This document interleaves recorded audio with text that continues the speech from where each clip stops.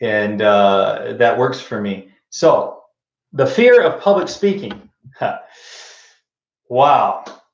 I was an introvert kid, art music kid. So the first time I ever really experienced some sense of fear over this issue was from the time I was a little kid. I can't even remember. I just remember standing around with my dad's friends and at work, at his work, and they would just talk, and I would just listen to them, and I was kind of amazed by all of that.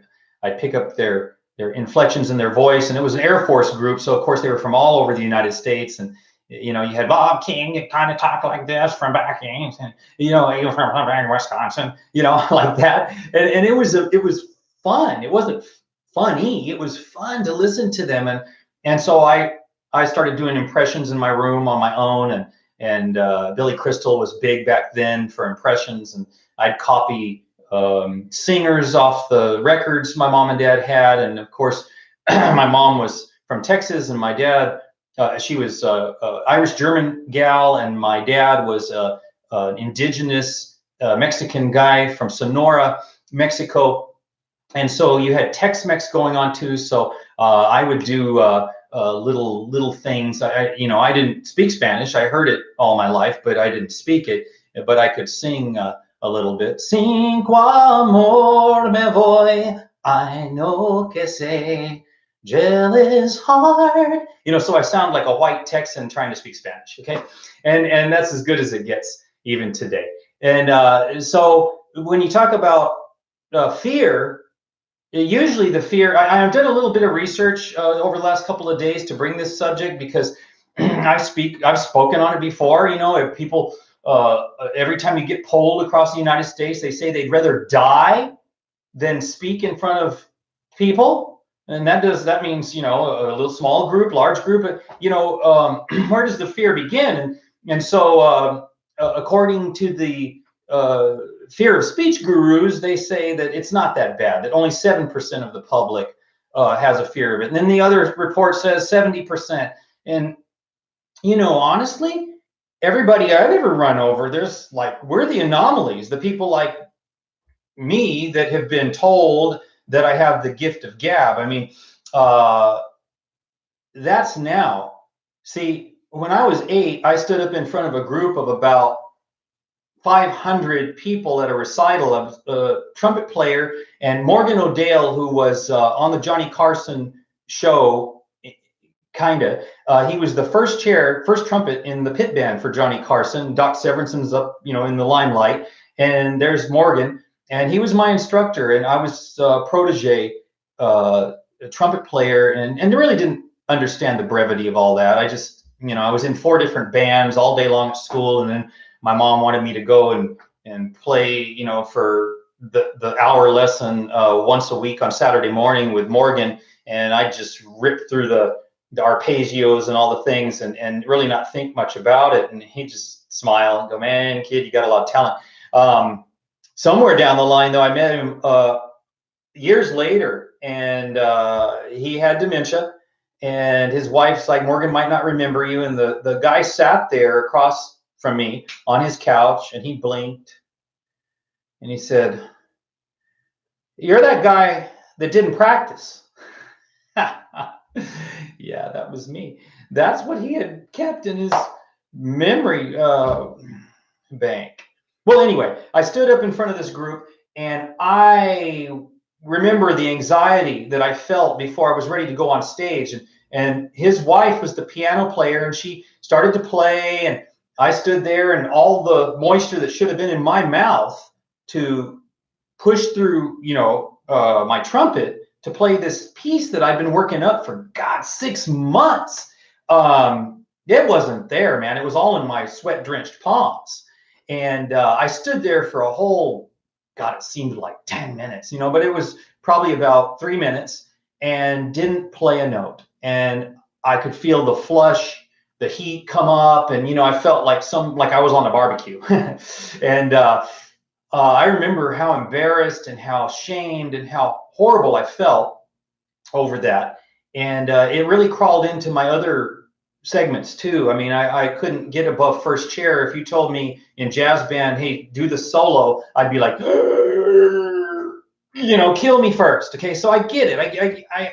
I'm not the person that goes, hey, no big deal. Everybody should be able to speak in front of people. But the thing that happened to me is about 19, no, a little bit before I was 18 years old. I went to and trained in an ROP program, which was in specialty stuff. So this one happened to be in banking. So it was an extra class you took after school, and one or two people from each class was going to get a job for the summer, and so they had mock interviews. And I thought to myself, I remember thinking, oh God, a mock interview. Okay, I've never done this before, but I'm going to be the first one. And the thoughts that were going through my head were, I'm never going to get what I want out of life if I don't open my mouth. So I was the first one to interview, and then we realized we were told that they were the actual interviews because the person that was the interviewer was in the room watching it all happen.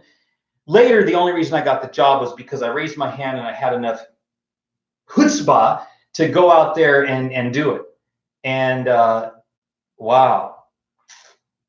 I don't know what to say about that. I could have stayed in my cave for the rest of my life, really.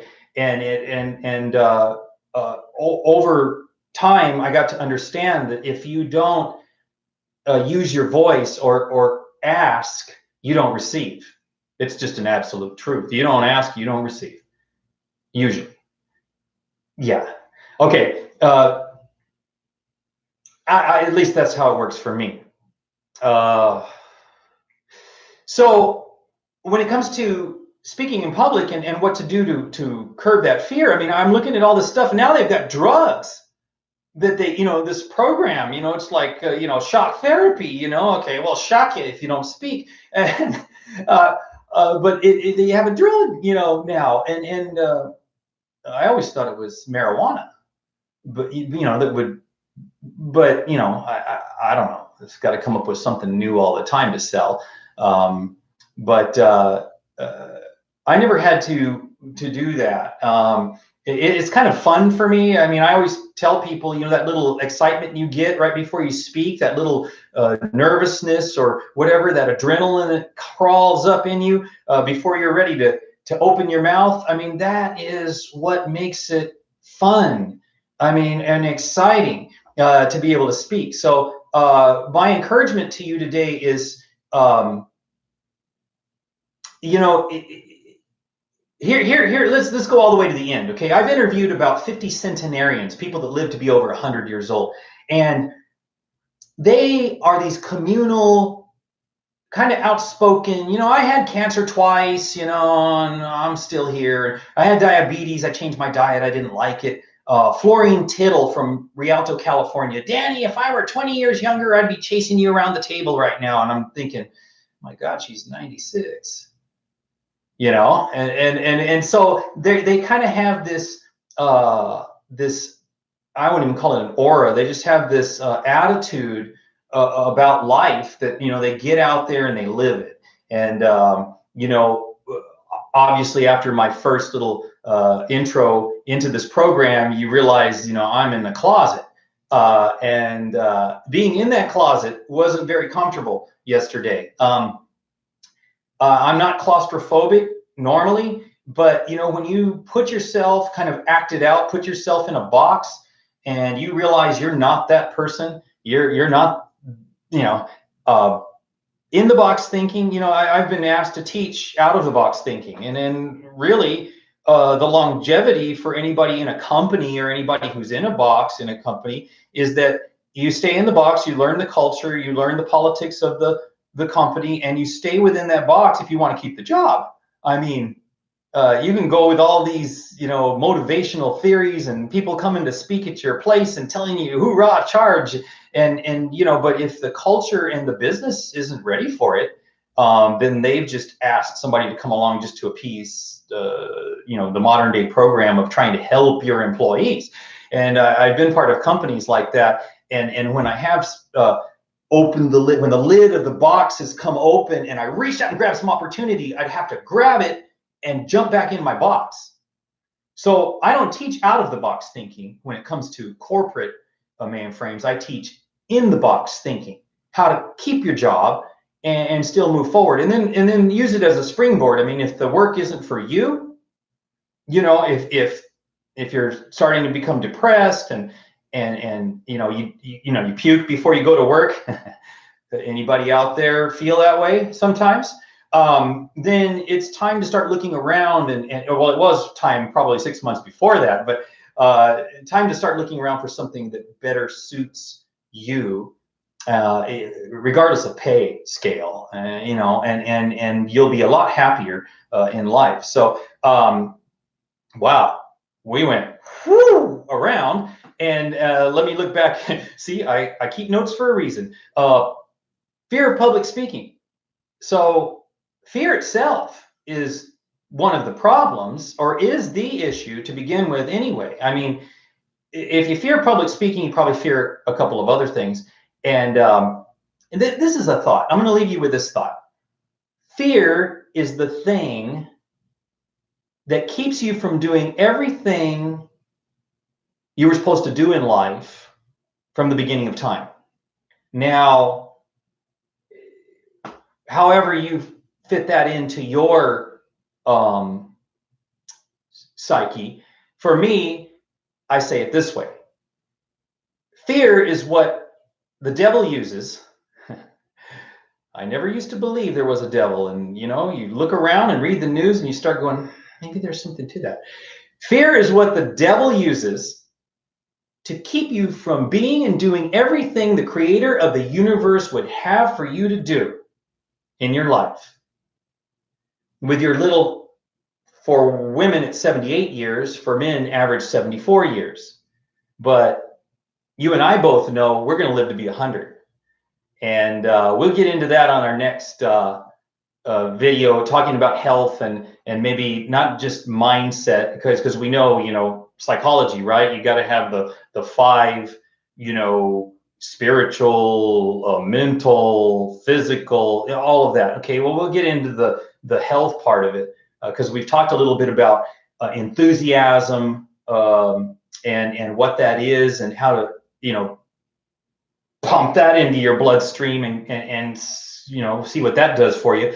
But you have to start using platforms. There was a time when it was all gray area for me. I was an art student, so there were a lot of grays. So you couldn't say black and white. But the older I get, the more I choose to black and white things, so I can place them in my brain and work from those platforms and actually have some stability. So that's not always a bad thing. It's just a stage, and I'm in that stage, and maybe I can help those of you who are about to crawl into it or haven't experienced it yet, kind of look ahead and see what your life might be too, or how better off it might be if you start creating some platforms by which you can springboard from. So if you have to speak in front of a group today or next week or whatever, just know that little adrenaline and that little fear and all that stuff is normal. And you take that and, okay, do all the breathing exercises you can do before you go out and speak. Take a minute to just digest, what it is you actually are doing. You're communicating to people that usually are in your own environment. They know you, and the biggest fear is the judgment, right? Okay, when I get done saying what I'm supposed to say, or what I want to transfer, or what I'm usually supposed to transfer, how am I going to be judged? And at some point in life, you just say it. You did what you had to do at work, and you said what you had to say, and hopefully someone grabbed a piece of it and they were able to use it and move on, and you felt like you did something. So have a great day. Stay motivated. Stay enthusiastic. Try to minimize the fear before you speak out in public. And sometimes it's just all about take that extra second before you open your mouth and before you say something you might regret.